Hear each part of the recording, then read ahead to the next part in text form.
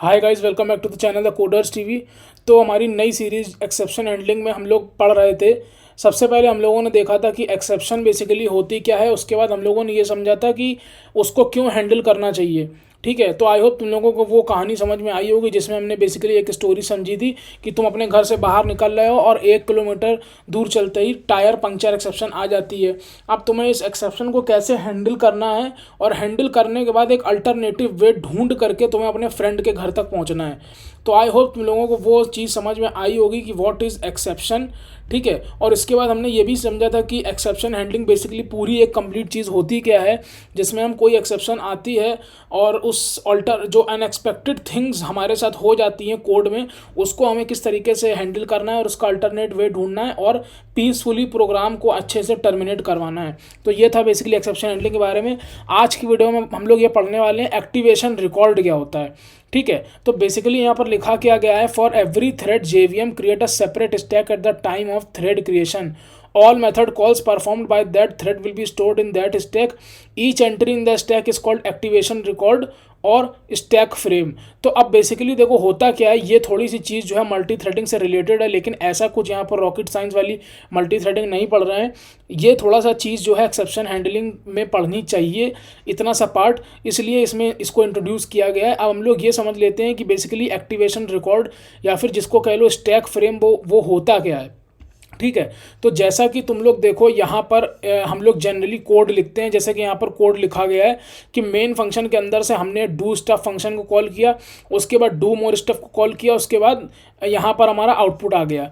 तो let suppose अगर यही सेम चीज़ हम लोग यहाँ करते हैं और लेट सपोज एक अगर क्लास बना लेते हैं लाइक डेमो। ठीक है, इस क्लास के अंदर हमने एक मेथड बना लिया like public static void do stuff. ठीक है, ये बना लिया और इसके अंदर से हमने लेट सपोज एक फंक्शन और है हमारे पास, उसका नाम है public static void do more stuff. ठीक है, और ये जो हमारा डू मोर स्टफ फंक्शन है, इसके अंदर लिखा हुआ है लेट सपोज आउटपुट में डू मोर स्टफ। ठीक है, डू मोर स्टफ ये लिखा हुआ है। और यहाँ पर बेसिकली हम क्या कर रहे हैं, इस फंक्शन के अंदर से डू मोर स्टफ को हम कॉल कर रहे हैं। ठीक है, डू मोर स्टफ को हमने कॉल कर लिया। ठीक है, और हमारे पास यहाँ पर ये मेन फंक्शन ऐसे बना हुआ है। ठीक है, मेन फंक्शन बना हुआ है। मेन फंक्शन के अंदर से हम बेसिकली डू स्टफ फंक्शन को कॉल कर रहे हैं। किसको कॉल कर रहे हैं? डू स्टफ फंक्शन को कॉल कर रहे हैं। ठीक है, तो अब यहाँ पर बेसिकली हो क्या रहा है, हमने ये डू स्टफ फंक्शन को कॉल किया।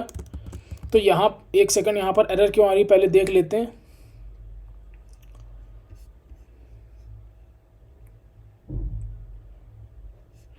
ओके, तो बेसिकली हमारा ये इस अलग क्लास में बना हुआ है, तो हम इसको जो है लेट सपोज अगर सेम क्लास में ही ले लेते हैं, डेमो क्लास को बनाने की ज़रूरत नहीं है।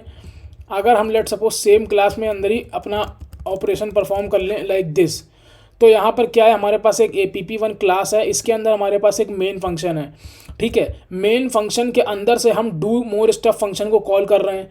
ठीक है, उसके बाद जब डू स्टफ फंक्शन को कॉल कर रहे हैं, जब डू स्टफ फंक्शन एग्जीक्यूट होगा तो हमने डू मोर स्टफ फंक्शन को कॉल कर रखा है। ये हमारा जब ये do more stuff function execute होगा तो ये आउटपुट प्रिंट कर देगा। लेकिन इंटरनली इसके अंदर क्या हुआ, कैसे स्टैक बनी और कैसे वो स्टैक अनफिल हुई, वो चीज़ समझना इंपॉर्टेंट है। तो वही चीज़ देखो यहाँ पर लिख रखा है।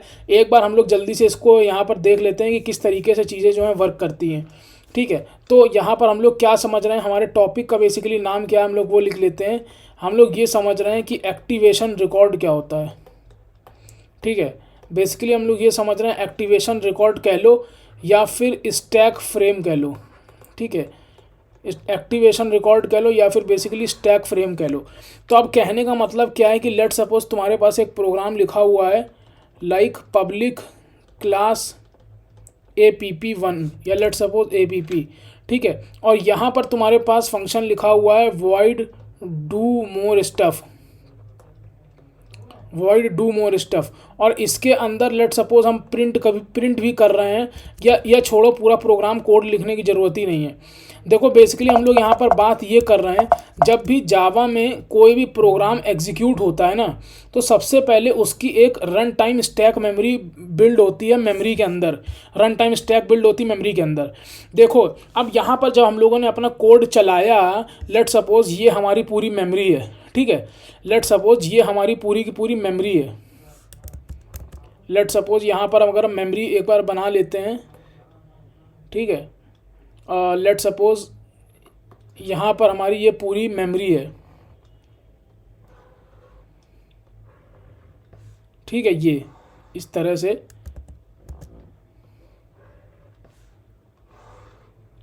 और यहाँ पर क्या हुआ, ये हमारी जब पूरी की पूरी ये मेमोरी स्टैक है बेसिकली, ठीक है, या फिर हम ये भी कह सकते हैं रन टाइम मेमोरी स्टैक, ठीक है,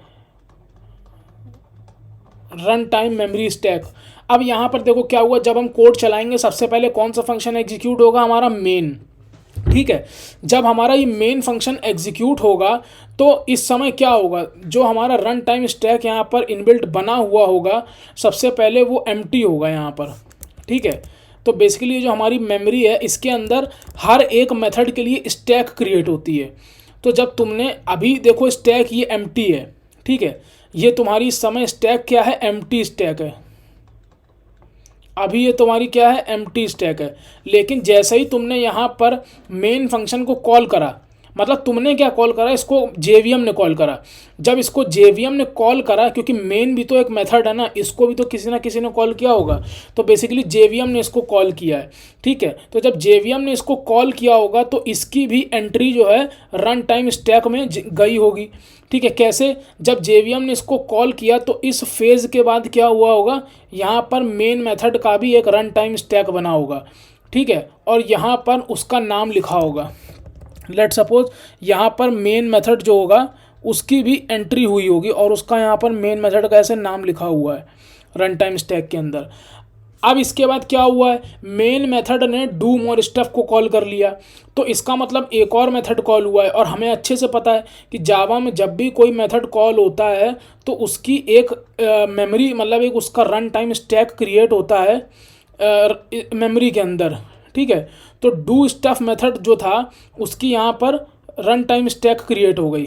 तो बेसिकली थोड़ा सा यहाँ पर गलत लिखा हुआ है, ये जो पूरी है ये हमारी मेमोरी है, ठीक है। तो बेसिकली अगर हम सही से लिखें तो ये हमारी पूरी की पूरी क्या है, मेमोरी है, ठीक है। ये हमारी जो है पूरी की पूरी मेमोरी है, एक सेकेंड, और इस मेमोरी के अंदर रन टाइम स्टैक बन रही है, ठीक है। इस मेमोरी के अंदर ये डिफरेंट रन टाइम स्टैक बन रहा है, ठीक है। जैसे कि यहाँ पर सारे मेथड्स का बना हुआ है, ठीक है, जैसे कि यहाँ पर ये सारे मेथड्स का जो है बना हुआ है। तो अब जब डू स्टफ का रन टाइम स्टैक बन गया, अब क्या हुआ, यहाँ पर डू स्टफ ने अपने अंदर से डू मोर स्टफ को कॉल कर लिया। जब डू मोर स्टफ को कॉल कर लिया तो इसकी भी रन टाइम स्टैक यहाँ पर बनी होगी, ठीक है, लाइक डू मोर स्टफ, इस तरीके से उसकी भी रन टाइम स्टैक यहाँ पर बनी होगी। अब जब डू मोर स्टफ ने यहाँ पर अपना आउटपुट प्रोड्यूस कर दिया, यहाँ पर उसने जब अपना आउटपुट यहाँ पर प्रोड्यूस कर दिया, उसके बाद जब हमारा काम पूरा हो गया, बेसिकली अब यहाँ से किसी भी मेथड को कॉल नहीं जा रही है, तो अब क्या होगा, मेमोरी के अंदर जितनी भी यहाँ पर मेमोरी जो भी रन टाइम स्टैक एलोकेट हुई थी वो सारी की सारी बाय डिफ़ॉल्ट 1 बाय 1 डिलीट हो जाएगी, ठीक है। तो अगर तुम यहाँ पर देखते हो तो देखो एक एक करके सारे के सारे मेथड्स यहाँ पर डिलीट हो गए, ठीक है, मतलब रन टाइम स्टैक डिलीट हो गई। तो बेसिकली क्या होगा, जैसे ही तुमने यहाँ पर लेट सपोज एक बार फिर से हम लोग समझ लेते हैं क्योंकि डायग्राम दोबारा नहीं बनाएंगे। जैसे ही तुमने सबसे पहले यहाँ पर प्रोग्राम एग्जीक्यूट किया तो तुम्हारा यहाँ पर मेन मेथड कॉल हो गया, ठीक है, मेन मेथड को जेवीएम ने कॉल किया है। तो सबसे पहले तुम्हारी रन टाइम स्टैक जो थी वो एम्प्टी स्टैक थी। उसके बाद जैसे ही जेवीएम ने मेन मेथड को कॉल किया तो इसका रिकॉर्ड जो है, एक्टिवेशन रिकॉर्ड जो है, बेसिकली ये तुम्हारा क्या है, एक्टिवेशन रिकॉर्ड। एक बार इसको लिख लेते हैं, ये तुम्हारा बेसिकली एक्टिवेशन रिकॉर्ड है, ठीक है। और ये जो तुम्हारे बॉक्सेस बने हुए हैं ब्लू कलर के, ये तुम्हारे क्या है, रन टाइम स्टैक है। ये जो ब्लू कलर के बॉक्सेस बने हुए हैं ये रन टाइम स्टैक है। तो बेसिकली जब मेन मेथड को जेवीएम ने कॉल किया तो जेवीएम का एक्टिवेशन मेन मेथड का एक्टिवेशन रिकॉर्ड जो है वो रन टाइम स्टैक के अंदर आ गया। तो ये जो ब्लू कलर का डिब्बा था ये था रन टाइम स्टैक, और उसके अंदर ये जो डिटेल थी ये थी तुम्हारी मेन मेथड का एक्टिवेशन रिकॉर्ड कि वो एक्टिवेट कब हुआ। अब जब मेन मेथड ने डू मोर स्टफ को कॉल करा, यहाँ से देखो मेन मेथड ने डू मोर स्टफ को कॉल किया तो हमने एक रन टाइम स्टैक बनाई यहाँ पर सबसे पहले, और उसमें डू मोर स्टफ का एक्टिवेशन रिकॉर्ड डाल दिया। ठीक है, यहाँ पर हमने डू मोर स्टफ का एक्टिवेशन रिकॉर्ड डाल दिया। उसके बाद जैसे ही यहाँ पर डू मोर स्टफ को कॉल किया, मतलब इस फंक्शन को कॉल किया, ये डू मोर स्टफ को कॉल किया, तो सबसे पहले हमने एक रन टाइम स्टैक बनाई डू मोर स्टफ के लिए, और इसका एक्टिवेशन रिकॉर्ड जो है वो ये हमने स्टोर कर रखा है यहाँ पर ये। ठीक है, ये एक्टिवेशन रिकॉर्ड स्टोर कर रखा है। अब इसके बाद क्या होगा, यहाँ पर इसके बाद कोई भी मेथड कॉल नहीं है, तो जब ये डू मोर स्टफ अपना आउटपुट प्रोड्यूस कर देगा, इसके बाद एक एक करके स्टैक सारी खाली होती चली जाएंगी। ठीक है, तो सबसे पहले यहाँ पर क्या होगा, डू मोर स्टफ का काम पूरा हो गया, उसने अपना आउटपुट प्रोड्यूस कर दिया, तो ये पूरी स्टैक खाली हो जाएगी। ठीक है, जैसे कि यहाँ डायग्राम में भी बना हुआ है, ये पूरी स्टैक यहाँ पर जो है खाली होती जा रही है। अब जब ये स्टैक खाली हो गई मेमोरी से, तो इसको यहाँ से डिलीट कर दिया जाएगा, ये पूरी स्टैक डिलीट हो गई। अब इसके बाद जब डू मोर स्टफ का काम पूरा हो चुका था यहाँ पर, तो वो वापस लौटेगा प्रोग्राम हमारा डू स्टफ के पास। जब डू स्टफ के पास हमारा प्रोग्राम लौटा तो इसका भी काम यहाँ पर पूरा हो चुका था, तो ये स्टैक भी पूरी डिलीट कर दी जाएगी। ठीक है, अब जब हमारा डू स्टफ का काम पूरा हो गया था तो वो वापस किसके पास लौटेगा, जिसने इसको कॉल किया था डू स्टफ को। तो इसको किसने कॉल किया था, मेन ने कॉल किया था। तो अब मेन के स्टैक के पास आ गए, मेन की जो स्टैक बनी थी, मेन मेथड की स्टैक ये बनी थी, इसके पास आ गए।